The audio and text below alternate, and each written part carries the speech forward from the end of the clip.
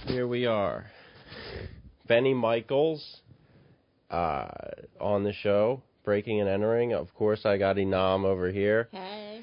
Yeah, so we were just saying, you have a podcast called Pod Cheese. Yeah, dude.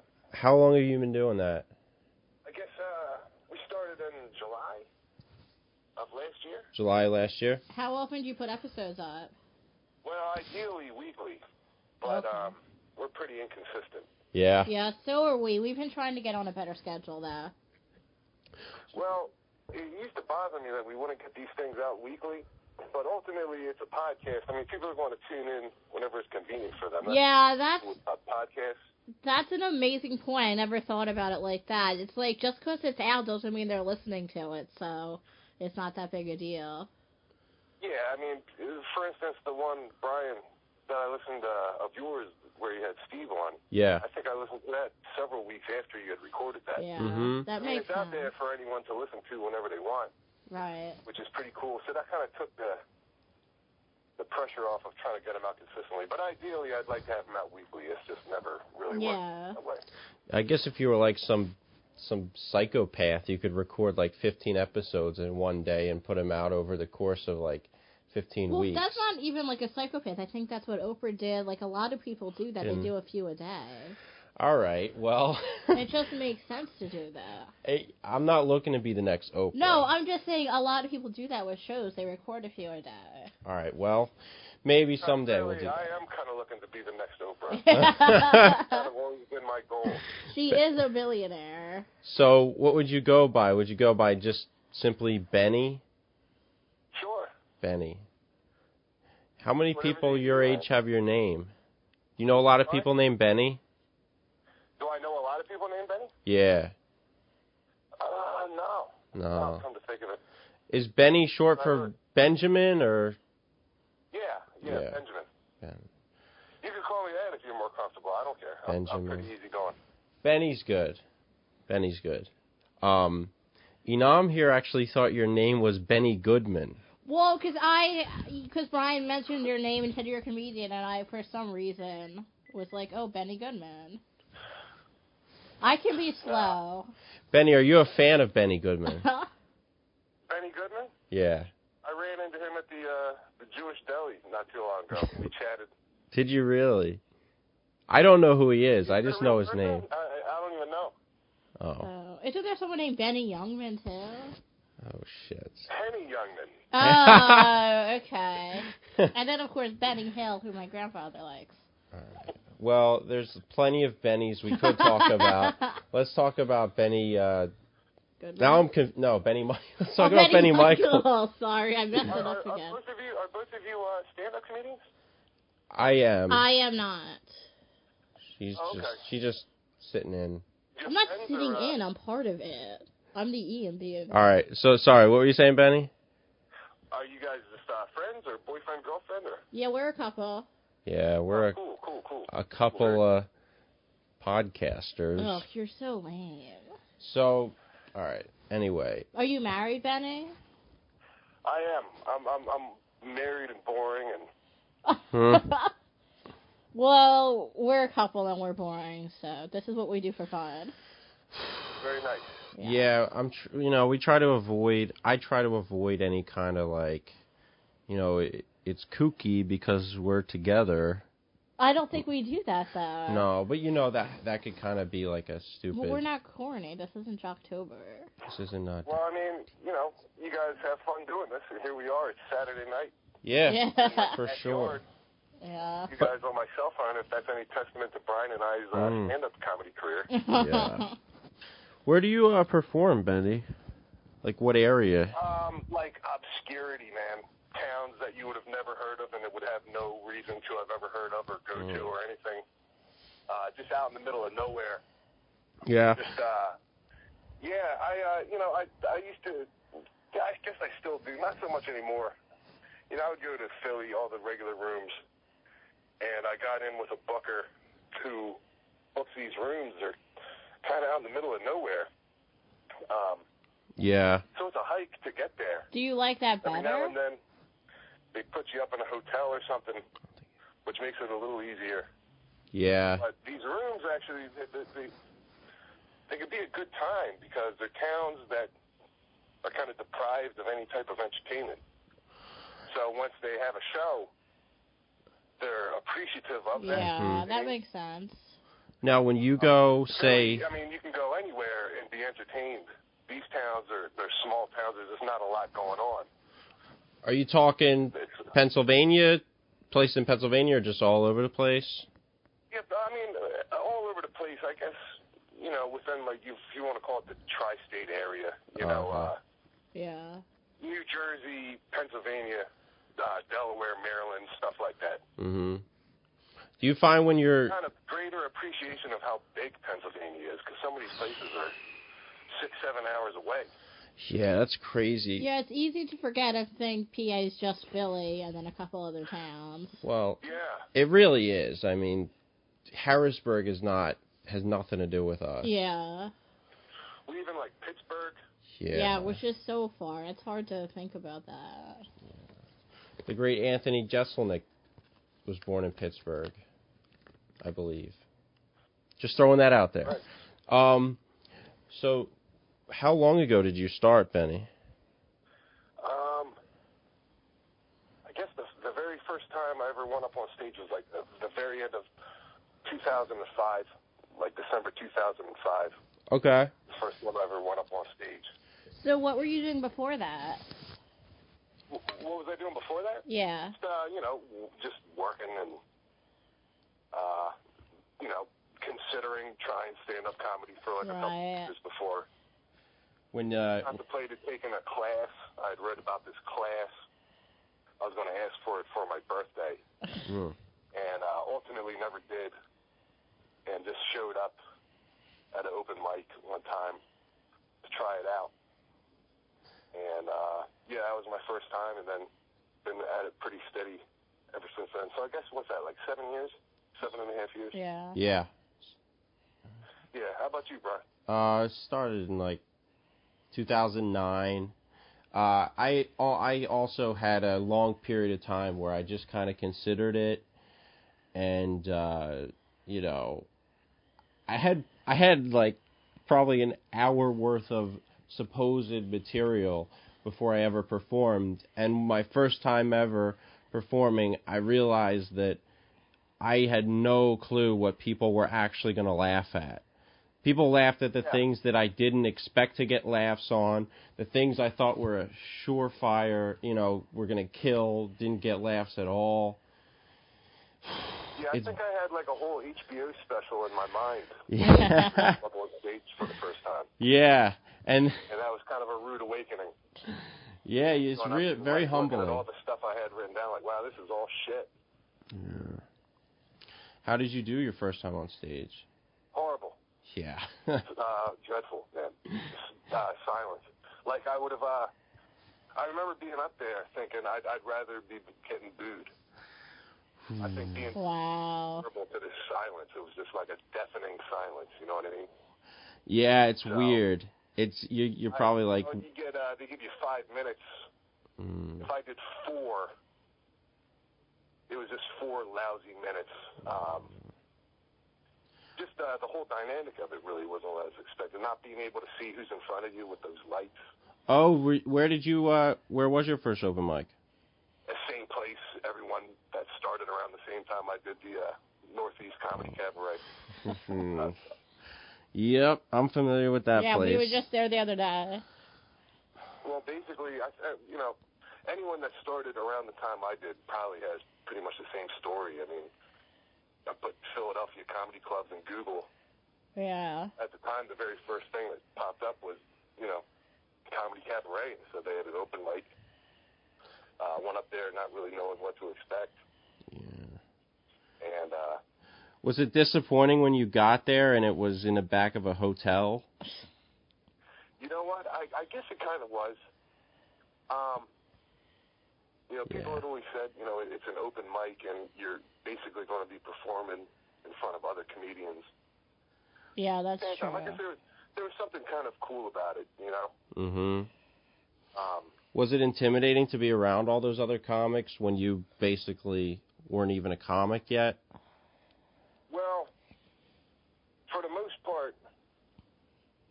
people that were there were pretty cool. I remember I showed up like way earlier than I really needed to. So I think I was like the very first one there, just me and the guy that at the time was running the open mic.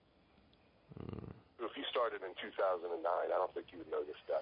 Yeah, well, that's the thing. When I started, I didn't even perform at comedy clubs. I just performed at a hookah bar in front of, a lot of the places I performed at when I started out were not even comedy venues. They were just places where mainly music, and I was the one comic. So you were going up in music venues doing comedy? Yeah, and it kind of... What was that? Sorry. That's a tough thing. I used to do that as well. It does toughen your skin, man. Yeah. Well, my experience with it is that it can be tough, but it can also be kind of easier on whoever the comic is, because you're the one comic. So you're not being compared to all the other comics of the night. Yeah. Yeah. But I've never... remember, at the time, when I first started in Philly, there wasn't as many options as to where you could get up. Yeah. I mean, there was Comedy Cabaret. Good old Cab. There was Laugh House. Is that a black room? It's not even open anymore. That was basically like a music venue, and the guy that ran it would let comics go up. It was called the Laugh House, but it was a music venue? No, Laugh House and a place long since shut down called Abilene's. Oh, okay. That the guy would let comics go up pretty much in between band setups. So you'd be up there, and there's like a guy taking apart his drums.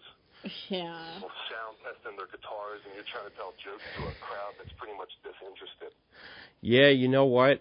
That's such a weird thing. Going to open mics, going to a comedy open mic and going to a music open mic, I've realized that comedy open mics, it's like clockwork. It's like, all right, 5 minutes, next guy. 5 minutes, host goes up, next guy. That music open mic, it's like, all right, we're going to play a few jams. Now he's going to go up, and then we're going to tune our guitars for 5 minutes. It's just slow paced. And I don't know. Just totally different kind of approach. Do you... Yeah. I kind of had an interesting... Well, I don't know how interesting it is, but I was able to get myself in a position where I could go up and try longer sets, like pretty early on. Mm-hmm. And I did that open mic that very first time, and you give you 5 minutes, and that was dreadful. Yeah. And I guess I gave myself a week to kind of recuperate from that. Just a week. Back again and did a little better. And after that, I went on Google, just trying to find other places to go. I came across this room in Delaware called Straight Jackets Comedy Club, which was just basically inside this Mexican restaurant. Oh, God. I emailed the guy. They did a show once a week on Saturday nights. It was a paid show. I emailed the guy. I was like, hey, can I get on? And he said, how much time can you do? I was like, I can do like half an hour. Oh, wow. And he wrote me back. He said, how long have you been doing comedy? I was like, about like 5 years. I showed up. And the place was packed. And I got up on stage. I called all my friends. My friends came out. And I think I did like 11 minutes. It was terrible. And I think the guy pretty much knew right away that I was full of shit. Yeah. And but he kind of took me under his wing, introduced me to some guys, and some of these guys that I met are like, headliner guys. And they started taking me around with them, stuff like that. I ended up hooking up with Bob Levy. Bob Levy. Who at the time in Philly was big. He was on the radio. We had Kid Chris here in Philly. And he started putting me in front of these crowds. These were like rabid crowds. They were tough crowds. Yeah. I started doing, guest spots for him, stuff like that. there was an open mic that would let you do like 20 minutes, stuff like that. And he told me early on, like, you just need time. You need to have time. You know, don't just go up and do 5 minutes. Try to do 20 minutes. So that's what I was always trying to do, is like build a 20-minute set, a 30-minute set, whatever. So this all came about. This all came about because you lied to the booker at a Mexican restaurant. No, the Mexican restaurant guy. He's since passed away, but he and I became like really good friends, and I started doing a lot of shows for him. I met some other people through him. Pat O'Donnell is actually who hooked me up with Bob Levy. Oh, okay. Pat O'Donnell. There's a from Comedy Cabaret fan. There's a comedy contest called Cabaret Idol. Oh God. The comedy cabaret. Sounds. It was supposed to be some like elimination style. I think there was like 6 of us in this contest, and every week someone would get eliminated. And it was half-assed, man. Just like everything else at the cab. I'm sorry? Just like everything at the cab. Yeah. But I remember I ended up making it to the finals of this contest. And I think the winner got, the prize was like $50 and a chance to perform a weekend guest spot at one of the other cabaret rooms. So, wow. But I ended up winning this contest, and I remember when I went up on stage when they announced me as the winner of the $50 prize and the winner of this weekend spot, I went up on stage and he handed me an envelope and whispered to me, hey, there's $25 in here. Pretend it's 50. Oh, my God. Oh, my God. And then the guest spot ended up being at the same room. And there was, like, no ticket sales. No one was buying any tickets. So the guy said, hey, listen, this show this weekend is going to be another contest. Wait. Oh, my God. Dude, the cabaret just sucks. You know what, though, man? The cabaret gave me a lot of spots. Did you do shows for the cabaret? I haven't done a show in a while. I go there to perform at open mics. I've only done one show there. You know what? It is what it is. I don't know if you ever met, like, I don't even know who's booking that room. Sometimes it's Scarpati. Yeah, Andy Scarpati, I think. Sometimes it's his guy, Tony. Scarpati was always really cool to me. As far as, like, the open mic, I mean, that is what it is. I go there knowing what I'm going to be walking into, but if you use it for what it is, it's a cool it's a good place to go. Like, if you got something new, I tend to go there first to tell it, just because it's an opportunity to say your stuff out loud. Mm-hmm. It's not a very good litmus test. Like, if no one laughs, maybe you're like, all right, well, that's kind of a dud of a joke. If you get, like, a mild chuckle, that's about as good as it's going to get. Yeah. As far as, like, doing weekends there, I mean, it doesn't pay the greatest. But, you know, I mean, it is what it is. I don't do too much for them anymore. Did you ever perform at the one in Center City? The cabaret in Center City?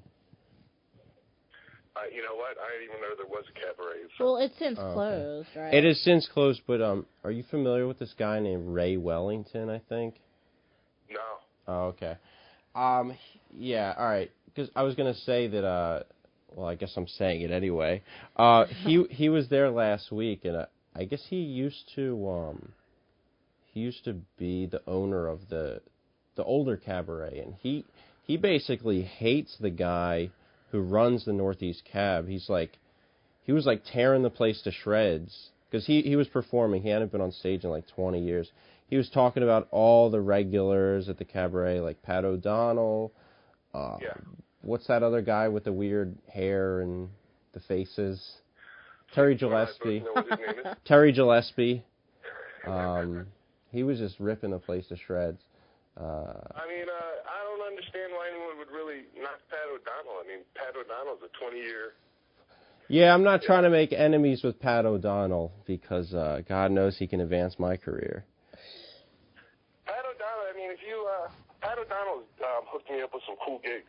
I mean, people just know him as the guy who hosts the open mic, but he just does that for shits and giggles, man. I mean, he has an act. I was with him just a couple weeks ago, man, and he killed, man. I mean, Pat O'Donnell's a funny dude. Yeah, no hatred for Pat O'Donnell. No hard, disrespect. no disrespect for Pat O'Donnell. Do you know Simply D? Yeah. Simply D. Yeah, I know Simply D. Yeah, he's one of the regulars too. He had a great show last Wednesday. Yeah, he had a great set. He was like really on. Yeah, you know, I've always liked Simply D. I like hanging out with Simply D. He got pissed off at me one time. And I ended up smoothing everything out with him. But Simply D, he's a good guy, man. I think he's doing all right for himself. Yeah. As far as I know. I heard the other day he's like 50 or something. Yeah, he's an old dude. Yeah, he looks He's, it. I didn't think he was that old, you know. Hasn't he talked about his grandkids on stage and stuff? Yeah. Hasn't he done what? He's talked about his grandkids before, I think, on stage, so I would assume he was a little older. I just figured he had like a 13-year-old daughter. Okay. Yeah, Simply D's a cool guy. Yeah, he's a good guy, I guess. How do you feel like your style of comedy has changed since, back when you started? I think that everybody's style changes from when they first started. For I sure. heard an interview with Jim Norton once, and I remember him. I think I was maybe 3 years into doing comedy, and I remember him saying, "Until you've been in comedy for 5 years, you probably suck." Huh. And I was just like, "Really? What?" Because it's not until about 5 years into it you kind of just fall into yourself. Right. You know what I mean? Develop who you are on stage and whatnot. Yeah, that makes sense. And yes, and especially when I got to him about 5 years into it, I think I did kind of develop a personality up there. Yeah, what was it like before that? I mean, not like I'm up there doing a character, but yeah, but it's your thing, yeah. And I think there's some truth to that. You know what I mean? I just think that it's just something that takes a long time to do. I mean, even guys that are really killer 2 years in, still change. You figure 5 years into it, they're probably even going to be better. You know what I mean? Sure. Just something that takes a lot of time to.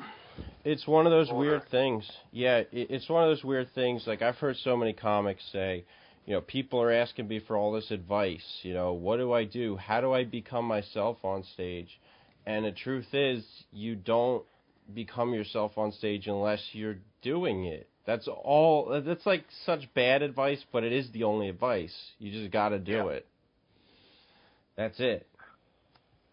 Yeah, I mean, the way I'm talking to you now on the phone isn't necessarily how I would be talking over a microphone on stage. You know what I mean? Yeah. But I mean, if you look at Dove Davidoff, he's got a whole type of persona on stage. Yeah. You hear him on a podcast or something, you're thinking you're listening to a totally different guy. I'm not really familiar with them, but I know of people like that. I say, you say you've been doing it since 2009? Yeah. Yeah. I don't know. It's just something I've always, I guess I always kind of wanted to do, and I'm glad I started doing it. Yeah, it's... You know what I mean? For sure. And do you feel like you've gotten jaded to the process where you, I don't know, don't realize how... Let's say you were going into it with this idea of being this huge comic. Do you still feel like that's what you can attain, or what did you go into it with? I think when I first started out, I had some really cool opportunities thrown to me, all at once. Yeah.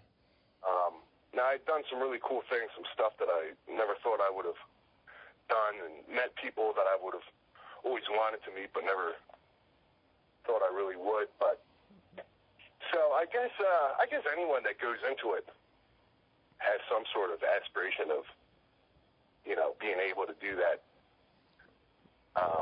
making it, for lack of a better term. But I always wanted to say, like, if I get myself to a point where I could count comedy as like a part-time job. Yeah, you made it. And ultimately, I kind of, but I mean, I'm certainly not going to support my family on stand-up comedy and stuff here. You know what I mean? You wouldn't say you're like at a Matt Reese level yet? I'm working towards it. Who is your You favorite? gotta have goals. Yeah. Who is your favorite comedian that you've met? That I've met? Yes. I met Doug Stanhope. Oh, wow, that's amazing. I'd say that guy was like, he's certainly one of my favorites. Yeah. I wouldn't compare myself to Doug Stanhope, I mean, in any way, really, even like our styles, but I guess you could say he was somewhat of an influence, you know what I mean? Yeah. I was a fan of his before I even attempted stand-up, and I met him. So that was pretty cool. Did he have any advice for you? No, and I knew enough of him not to ask. Right, yeah. He asked me, I did tell him that I was a comedian, and he said, "Oh, where do you live?" I said, "Around here, like a few towns over." And he was like, "Why?" And, what his point was is, I mean, anyone that's looking to go full-time in comedy, and they stay in Philadelphia, it's not going to happen. not understand really what you're looking to do. I mean, if you're looking to make it, there's like really just two places, New York City and Los Angeles. Yeah. Probably better off in New York City, but I ultimately just kind of accepted that's not going to. I'm not going to move to New York City. No. Yeah, it's too expensive. Window of opportunity is shut. Even if I was like swinging dick single, that's a tough nut to crack. You know what I mean? I know people that have moved up there and they moved back. It's expensive and it's just tough to. The people that I know that have gone up to New York City, they've known someone that's already kind of in with the clubs and whatnot. Yeah. Uh, Yeah, you definitely have to have that. I mean, you can always just drive up. Like you said, you do shows everywhere. It's just easier. Yeah, I performed at Eastville Comedy Club once, Mhm. and that was like a cool experience for me. And I remember going up there. There was a couple people that had been on like Last Comic Standing.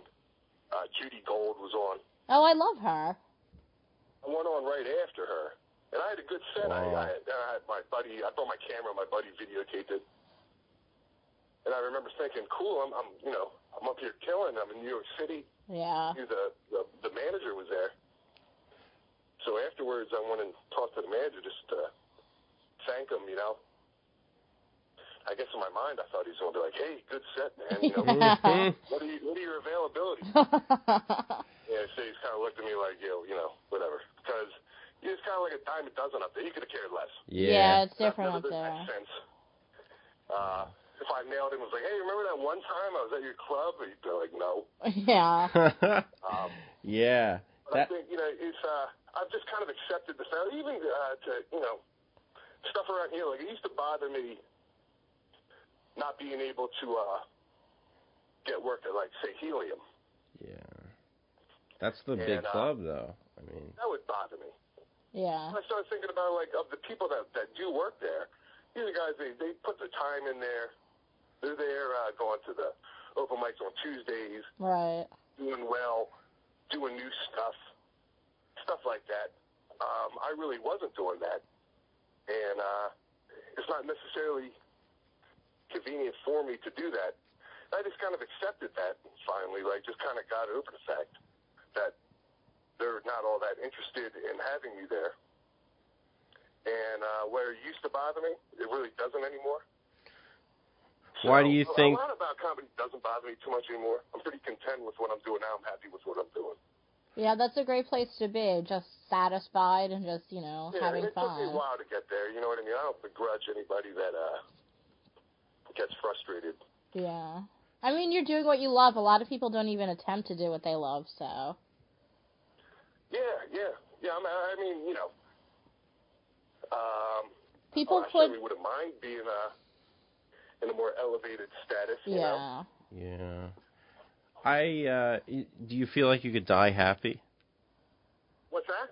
You feel like you could die happy? I don't know, there's lots of mornings I wake up and feel like I'm going to die, you know? Yeah. But, no, I'm certainly glad I got into it. It's something I was always a fan of comedy, and I finally gave it a shot. I think since I was a little kid, you know? Yeah. Is that pretty much how you got into it? You know what? I think I've used this example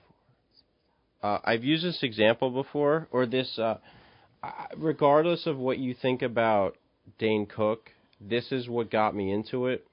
One night I was at a friend's house, and he was watching the Dane Cook Vicious Circle special, and he was, in this room with thousands of people in the center of a circle, standing on it, and just, did like an hour set or whatever it was. And that basically, being someone who wanted attention, that just seemed amazing to me. There's like thousands of people watching this guy. He's on stage and he's talking for an hour and just like saying all this stuff without having to look at notes or anything. And I thought, you know what, that really looks amazing. And I said to my friends, I'm like, how does he just memorize that stuff? And they're just like, oh, whatever, I don't care. But I cared a lot, and that's what kind of set this spark in my brain where I'm like, you know what, I have to try this. And fast forward to present day, you're at the Northeast Cabaret performing in front of Simply D and Ray Wellington. Yeah. See? And so I guess I should never have pursued it. But look, in 5 years, I'll look back and think, what a child I used to be. Yeah. I don't know. You know what, Dane Cook, I mean, that guy, the guy was huge. You know what I mean? People like to hate on Dane Cook, but, I mean, other than, like, Andrew Dice Clay, I think he's the only guy that sold out Madison Square Garden as a comedy act. Yeah. You know what I mean? I can't really say no one liked him when the guy's selling out gigantic stadiums. They're kind of like the rock stars of comedy. Yeah. Oh, God. Yeah, he really was. Yeah.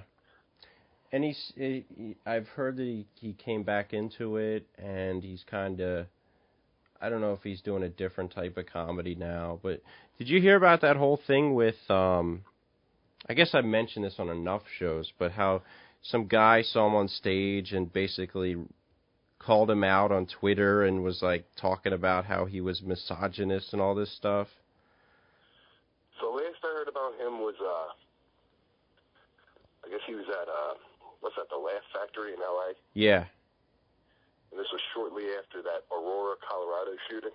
Oh, yeah, that joke he made. And he went up and told a joke about that, and that was blown out all over the internet. Yeah, that was taken way out of proportion. Yeah, Huffington Post seems to jump over. Oh my God! Yeah. All of that stuff. Yes, we just saw an article today on Huffington Post. It said, it was something like Maria Bamford, is she like a cult leader or something? And the article started off with, if you think Dane Cook and Chelsea Handler are funny, stop reading this article. oh. I was like, this is fucking ridiculous.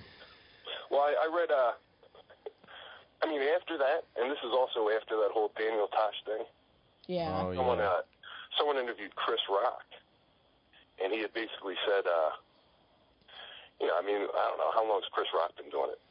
Certainly before, like, YouTube. Yeah, over Twitter 20 and all that years shit. at least. Yeah. He was basically saying, like, there's really no safe place to go to try out stuff. Yeah. Without someone whipping out their phone. Camera phone and blasting the video all over the place. And, Dean Cook's up there trying a joke. And, whether or not it was any good or not, he's up there trying out new material just like anybody else is. And yeah, but because he's Dane Cook, yeah, exactly. it gets everywhere. Yeah, it's really not fair. But I have heard people say that the internet age is good because it helps, unknown comics get famous. I think the internet is especially great. I think like what you guys are doing now. Yeah. Podcasts in general. It's very cool. Just for my own podcast, the one I do with Josh Bennett, Twitter was huge for us. And it's just got like such a reach. Yeah, Twitter is usually where the comedians test out a lot of their jokes now. And yeah. But yeah, you were telling me about that. So what happened with your show that it just like blew up through Twitter and all the different things? Yeah, I appreciate you saying it blew up. Compared to this show, anyway. But yeah, we saw some success with it. Definitely, I mean, it was kind of interesting. We just kind of always wanted to do one. I always kind of saw myself doing my own and just switching out who I did it with every week. You know what I mean? Kind of like. That sounds fun. Yeah, and then I was with Josh one night. He asked if I had any interest in doing it. Yeah, do you know him? Do you know Josh Bennett? Yeah, I've run into him sometimes. He's usually performing. Every so often I see him over at the Cabaret. Funny guy. Yeah, he and I became buddies. We live relatively close to each other, so we started like carpooling and stuff like that. Okay. He's a fall down drunk like I am, so we just kind of became buddies. And I was like, yeah, I could see myself doing a podcast with him. And I didn't know shit about it. I didn't even know what an RSS feed was, you know? I didn't know anything. Was he the one who got all the tech stuff together? What's that? Did he get the whole technological side of it together? No, he doesn't do shit. He sits there and drinks. I do all that stuff. But I remember we sat there and we hit record down in my basement. And I remember at the time it was when Tom Cruise and Katie Holmes were getting a divorce. So we just started talking about whatever was in the news.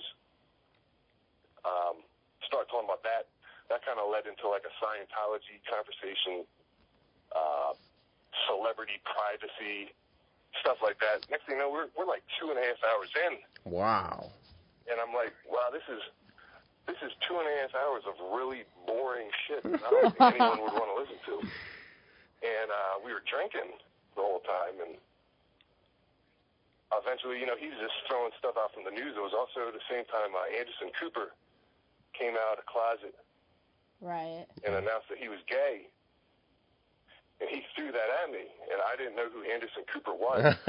And we had been having a pretty civil back and forth conversation up until that point. Mm-hmm.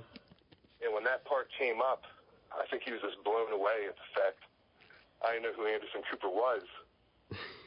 He started kind of goofing on me about that. And then he's like, wait a minute, weren't you tweeting about him being gay? And I was like, yeah, I was. He's like, but you don't know who he is? Oh, my God. He's like, would you just go on Twitter trends and see what was trending? I was like, yeah. Oh, wow. He started kind of goofing on me. And I guess that kind of, you could say that kind of set the tone. So at this point, we had like a 3.5-hour recording, and we just took that half hour of him goofing on me about Anderson Cooper, and that was our Anderson Cooper. Yeah. And that was our first episode. We put that out there. Then he came back over, and we would just talk about stuff. I mean, we give each other a hard time. We really don't do any prep. We just sit down and bullshit and see where it takes us. And sometimes it's good. Sometimes it's a little dry, but sometimes maybe it takes us 20 minutes for us to get going. Yeah. And then we'll talk for another 45 minutes or an hour. And then we'll just cut that first 20 minutes out, and that's our episode. But we started putting it on Twitter, firing that link out, like putting up our feed wherever we could put it, any place that would host your RSS feed. And you get a decent amount of listeners now? What's that? You get a decent amount of listeners now? Yeah. I'd say we do. And we had my web hosting. We could kind of track our stats and where our hits were coming from. And they started coming from like all over the country. And then we started getting hits from like the United Kingdom and stuff. a couple in like Australia. Oh, that's I so just, like, exciting. Right. So you would say, It really was. It was really cool. Like, holy crap! I mean, it just kind of didn't show you. I mean, you're on the internet. I mean, anyone could pick you up and listen. And Yeah. I guess the first real indication that we had that people were listening and listening regularly was someone ended up tweeting us and said, "Yo, you guys are on the iTunes new and noteworthy list." And I went and looked it up myself, and there we were. wow. So I thought that was really cool, and I think being on that list gave us a little more visibility. Yeah. We were on that list for like a month, and then just fell off. I was like, well, okay, that was cool while it lasted, but I think some of the people that were listening to us Just kept on. and what have you. I think he and I got a little better as we went along, and then maybe about a month after that, we got a tweet from somebody saying that we were on their What's Hot list, the iTunes. On iTunes, What's Hot list? Yeah, and that really blew my mind, man. So, I mean, it was very flattering, man. It was very like humbling in a sense. Yeah, definitely. And we started getting tweets. We would post the show. We would start getting tweets from just total strangers that I've never met before, never probably will meet, from places all over the country. And a lot of them would be like people goofing on me, making jabs at me, but they were all jabs in reference to something maybe stupid that I said on the show. Yeah. Wow. In the show. Do people started leaving us reviews on iTunes, and it was just it's very cool. Do people like quote things that you don't even remember saying? I usually remember saying all this stuff. Sometimes I listen back, and I'm like, oh wow, that was pretty stupid. Huh. That's like that's what I feel every time I listen to anything I've ever recorded. Yeah, I agree. That's how I feel too. I'm like, why did I say that? I think our first episode, I was just reading ads from the newspaper or something. That's how shitty it was.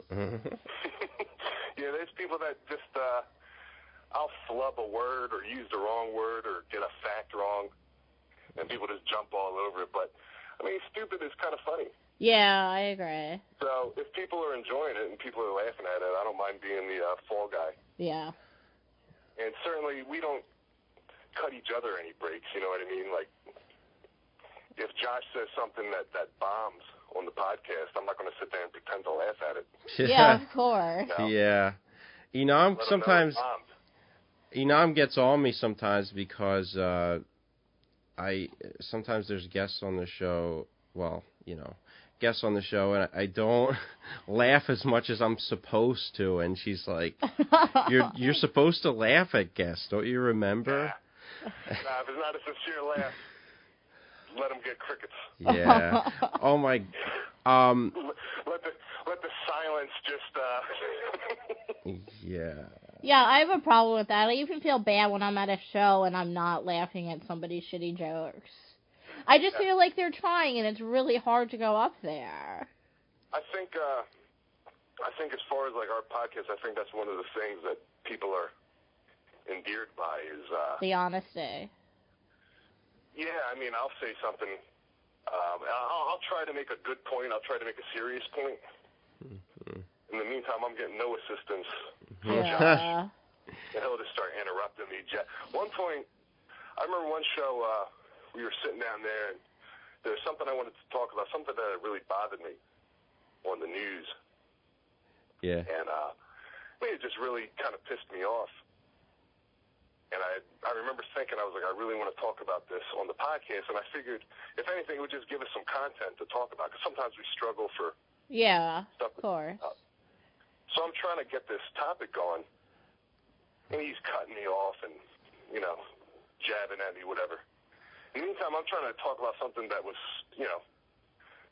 something I was serious about. And finally, I found a window of opportunity to start talking about it. I had no shoes on at the time. And we're sitting across from each other at this table in my basement. I guess my foot must have stretched out and our, toes touched.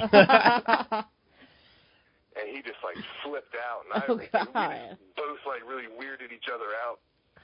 It was pretty funny. but it just kind of squashed that whole point I was trying to make. And but as a result, it ended up being pretty funny. If I go downstairs to record with Josh, I think he and I both have an idea of what we want to talk about. Mm-hmm. Yeah, we try to have It something. just goes in some other direction, you know what I mean? Yeah. Do you feel, I don't know if you listen to O&A. Yeah, man, yeah. Were you at all influenced by them? Yeah, I was always a Howard Stern fan. Yeah, When I was in high definitely. school. I think I'm significantly older than you, actually, Brian. How old are you? Yeah, I'm 22. Oh, yeah, dude. Yeah. Yeah, I've got over a decade on you, man. All right. Well, So, I'm an old turd, dude. we're all comics, you know, so we're all about the same age. Howard Stern was like a really big influence on me. And I remember, I went to high school and everything in this area. I had a buddy of mine in New York, and he was like, I was talking about Stern. He's like, I don't really listen to Stern anymore. I listen to O&A. I had never heard of him. Yeah. He's like, oh, they're better than Stern, blah, blah, blah. I was like, well, whatever. And next thing you know, they were on YSP, Yeah, I remember that. and I started listening to them, and, they'd say themselves, whenever they enter a new market, it takes a little while for people to, kind of catch on to them. But, I caught on to them, and I love O&A. I was on O&A once. Oh, really? Yeah, they came to Philly. This is before they got booted off YSP the second time. Yeah. They did a car crash comedy thing. Oh, yes. They do that in Philly? Yeah, they came to Philly and did it. And at the time, we had Kid Chris in Philly. Yeah. And I knew the co-host, Thomas. And he had rounded up some comedians, and I was one of them. And we went down to YSP, and Opie and Anthony were there. And basically, they gave everyone like 3 minutes to do comedy. And if you sucked, they would hit this car crash sound. If you got 3 of those, they booted you off. Wow. And that was who they determined was going to open for that traveling virus show. Yeah. So that was a really cool experience. Yeah, very cool. Who were the judges on that show? That Opie particular. Anthony and Jim Norton. Jim Yeah. Norton. So, If something sucked, they would just hit that car crash thing. how did it go? There was a couple of people that went up, and it was brutal, man. It was brutal. Like, they certainly weren't like holding back any punches. I remember listening to that. I mean, you know those guys. Yeah, I remember listening to that, just thinking, I don't know if I could ever do that because Well, they came back twice. They did 2 of those. Which one did you hear? The one that You know what? I don't know. Did they also do one in like AC or something? maybe they did 2 in Philly. Okay. I don't know. I just found one on YouTube. And they did another one that Mayo ended up winning. Oh, really? The one that Mayo ended up winning was at the, I want to say the TLA. The TLA. Now that's a guy that's a guy that I know of. I remember. His name's Joe Mayo. Is that his real name? Because I always think of Seinfeld when I hear it. His last name's DeMayo. Oh, okay. Because every time I'm like, is this going as Mayo? Okay, that makes sense. Yeah, he's notorious, man. Yeah. Everybody, everybody does his voice. I know that. Yeah, Scott Terry does his whatever their voice. impression is of it, I'm sure it's accurate. Yeah. Has he smoked for a lot of years? He's a fun guy to watch, man. Yeah, I haven't seen him do well, I guess when I first started going to the cabaret, I would see a lot of people that I don't see there anymore. I haven't seen Greg Lynn there in a while. I haven't seen him. Do you still ever go to open mics over at the cabaret? No, you know what? I can't even tell you the last time I've been there. I mean, I used to go out to open mics like every night of the week, and it just got increasingly harder for me to do. I've got 2 kids, and that's made it hard. And I really don't go out to them anymore unless I have something new that I wrote. Right. But even then, like, if I have something, I try to, if I have like a weekend set, I'll try to throw a new joke in there. You know what I mean? Mm-hmm. That's really the only chance I really have to try anything out. Do you have a period of time where you're like, you feel like you gotta just like dump some jokes and start? Yeah, I mean, after a while you kind of get sick of saying the same jokes. They just kind of get stale For sure. to say them. Yeah. And then some jokes you tell that they may kill for a while. Maybe they're just kind of obsolete. You know what I mean? Yeah. Maybe they're just outdated. I had a bit about that guy who, what was that, a couple summers ago, that guy who ate that guy's face. Oh, yeah, the bath salts guy. Yeah. Yeah, but even when I wrote that, I knew there was like a shelf life on that joke. Yeah, definitely. 5 years after the fact, you can't be talking about that. Although people are really into the zombie apocalypse, so maybe that show can come back, Walking Dead and all. Yeah. Yeah, I remember when I first started, my closer was about that, the Passion of the Christ. Yeah. And I think I just beat that joke into the ground, and finally it got to the point where I'd go up there and be like, hey, the Passion of the Christ, you guys see that? And everyone was like, no. I was like, all right, I think I got to ditch this thing. Well, you've heard of Jesus, so just finding any excuse to tell your old jokes. Well, there's obviously a significant age difference between you and I. So, like, when you were younger, like Dane Cook was like the guy, I guess, right? Yeah. I mean, everybody knew who he was. I actually think I'm closer to your age than I am to Brian's age. So. How old are you? 30. Oh, well, bless your heart for thinking that you're close to my age. How old are you? I'm 37. Okay, so there is a closer age than with her.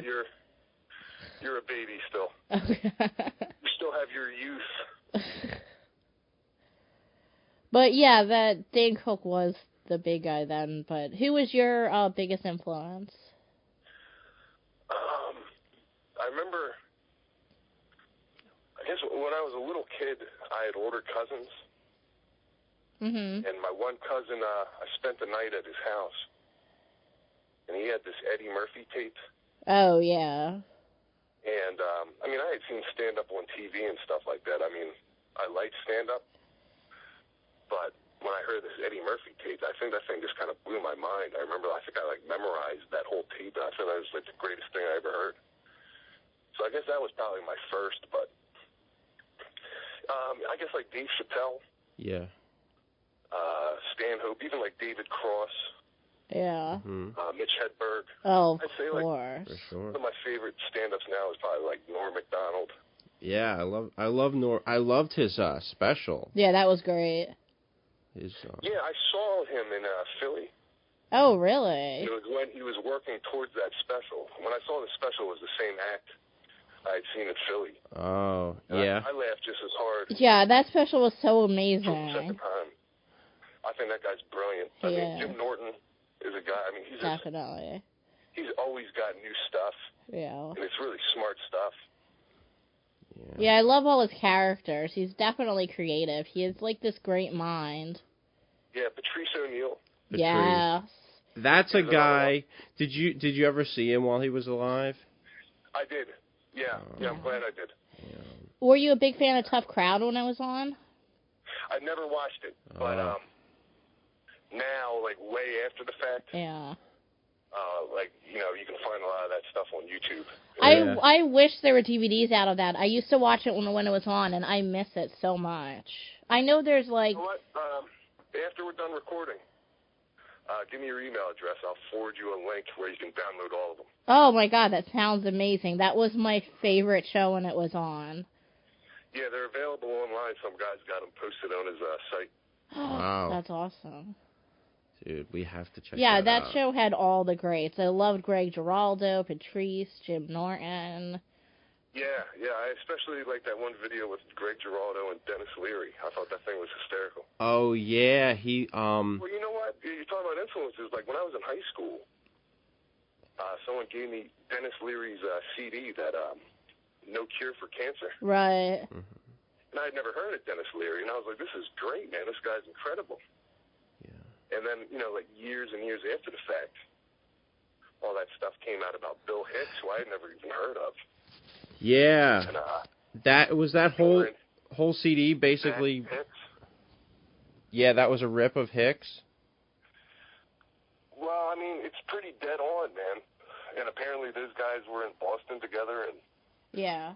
Bill Hicks, I mean, really wasn't all that known, I don't think, until after he died. Yeah, that's what I've heard. To compare and contrast the two, I mean, it is pretty dead on. Do you know, was there like a specific CD that was that would have a lot of that material that? Yeah, I have it, and I forget what it's called. I think he had a couple CDs out. I don't remember what it was, but I do remember Joe Rogan pointed this out, and I didn't really think of it until at the time, because he came out with a special after that, Dennis Leary did. Yeah. Like Locked and Loaded. Yeah, I remember that. That's pretty bad. Yeah. And Joe Rogan was big on calling him out, saying that it was after Bill Hicks died. Yeah, right. He had to use his own thoughts. I mean, wow, it's so mind-blowing. Dennis Leary, too. That guy's pretty successful. But. Yeah, he is. Well, he has a show. I don't think that's still on anymore, though. Oh, yeah, that firefighter show. Rescue Me? Yeah, Rescue Me, yeah. I never watched that. That's what I say every time I'm listening to his jokes. Oh, God, that was so stupid. I think you could even say, like, Dennis Leary was, like, an influence on me, because this is that CD, I just remember resonating with me. Yeah. Were you a fan of Bill Hicks? I didn't know who he was until after I started doing comedy. Right. Then I got into him. I started seeking out his stuff. Yeah, he was a real smart guy. And he was just a guy, he had, like, these ideas in his head. I don't think he really even cared if anyone laughed. Yeah, that's kind of weird. He'd go up and just say, this is what I'm thinking. He was, if he had something that was, like, say, anti-America, I think he would step into the most patriotic of towns in the country. And he would do his act. I mean, he certainly didn't hold back. Yeah. And if people laughed, great. If they didn't, I don't think he gave a shit. There's something to be said about that, He was true to his ideas. Yeah. I don't have any ideas on stage. I just go up there and spew out horseshit, you know what I mean? There's nothing too profound about anything you're going to hear from my set, you know what I mean? Yeah, well, you know what, Benny, I haven't gotten a chance to check out your stand-up. Do you have some clips online? Or? Yeah, I had more. I've yanked a few. There's a video up on me from a set I did at Helium. John Kensel posted up there. He's really funny. And, yeah, he's a good guy, man. He's another guy with a lot of characters. He goes on that Eric Podcast and does an impression of my voice. Like, it's horribly inaccurate, by the way. Yeah, I say. He does say homo a lot. That's the one thing I've noticed about the character. Yeah, that was the one thing that struck me. I was like, how did I become the you homos guy? Why is that my catchphrase?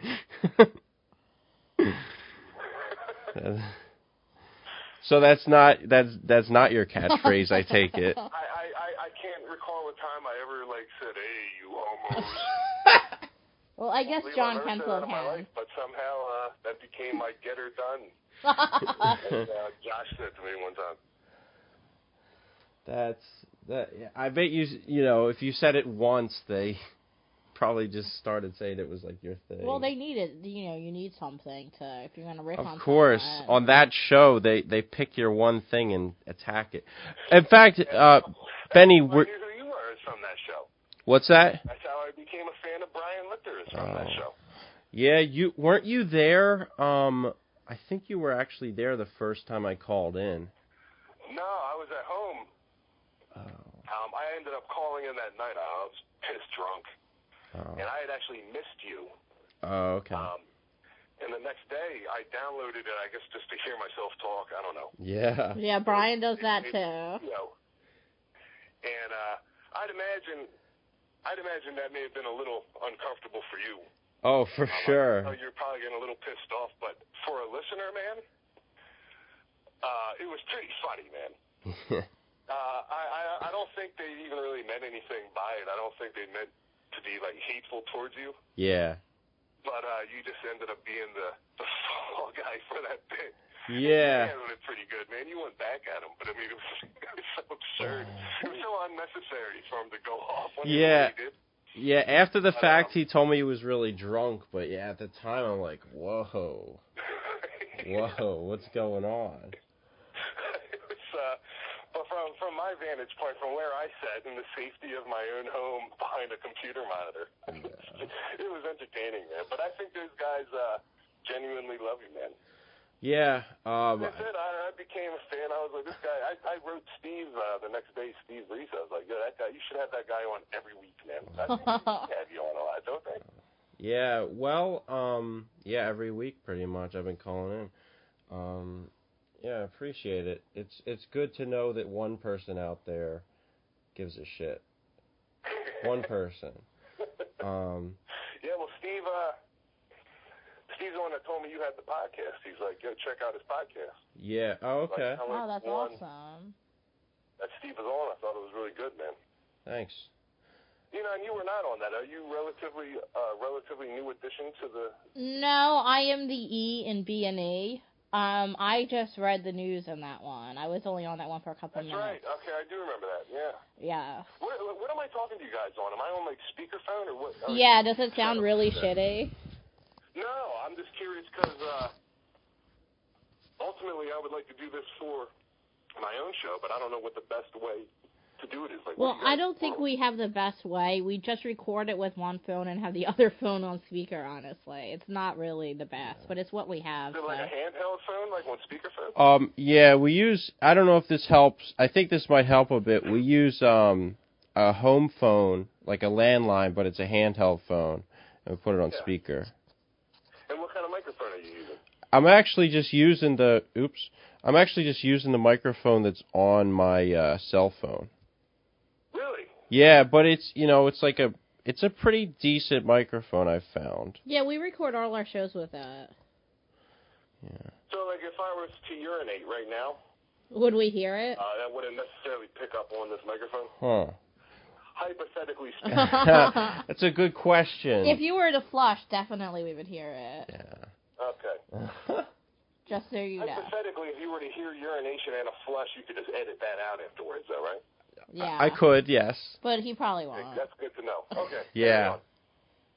But I'll leave in all this talking about it. So. Yeah, I would know. Ultimately, we've got people that we wanted to have call in because it might just be more convenient than having them show up. Yeah. To my house. Yeah. And when I heard your podcast with Steve, it sounded good. I don't know anything about any of this shit. The fact that we've seen any success with this thing baffles me because neither one of us really know what the hell we're doing. Yeah.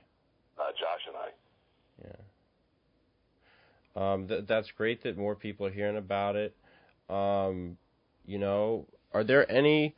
We're getting to about an hour. I wanted to know if there's anything you wanted to plug. Check out Podcheese. Podcheese. We're on iTunes. We're on Stitcher Radio. Okay. And check us out. Got a fun show. We just posted our new episode just last night, actually. The Trials and Tribulations of Jody Arias. And, yeah, check that out. I'm on Twitter at Benny Show. Benny Show? Yeah, Benny Show. Okay. And, yeah, that's about it. All right, Benny. Very cool. Thank you so much for doing this. Yeah, it was... No, thank you for having me on. I appreciate it. I was flattered. Yeah, it's the first time I've gotten a chance to talk to you. And, yeah, we're both going to be checking out your show. Yeah, Podcheese. Cool. I'll try to spread the word about this one. Thank you. Thanks. All right. And hopefully hang out with you guys face-to-face sometime. Yeah, definitely. For sure. For sure. Right on. Well, yeah, thanks a lot, man. I really appreciate it. Nice to meet you, too, Lena. Thanks. You too. Bye. All right, take it easy. All right, man. All right, that was Benny Michaels. Very cool guy. Very cool. No disrespect. No disrespect. Pocket No big Granberry. deal. Sorry. There's a fire. Put it out. Sorry, we watch too much Nick Kroll.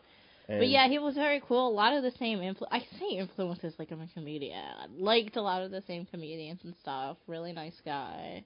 And we actually had a lot of questions, but I had a lot of questions, but it pretty much went off script with a lot of stuff. Which was, just, I mean, that's always a good interview. Yeah, there was so much stuff to talk about.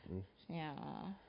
Um, But yeah, definitely listen to his show. Listen to his show. It's Pod Cheese. You can also find it if you go to laughcast.com, LAFFCAST.com. It's in the Friends of the Show section. As are we. As are we. And, of course, check out laughcast.com as well. Thank you, guys. Thank you. Love you. Love you. Goodbye.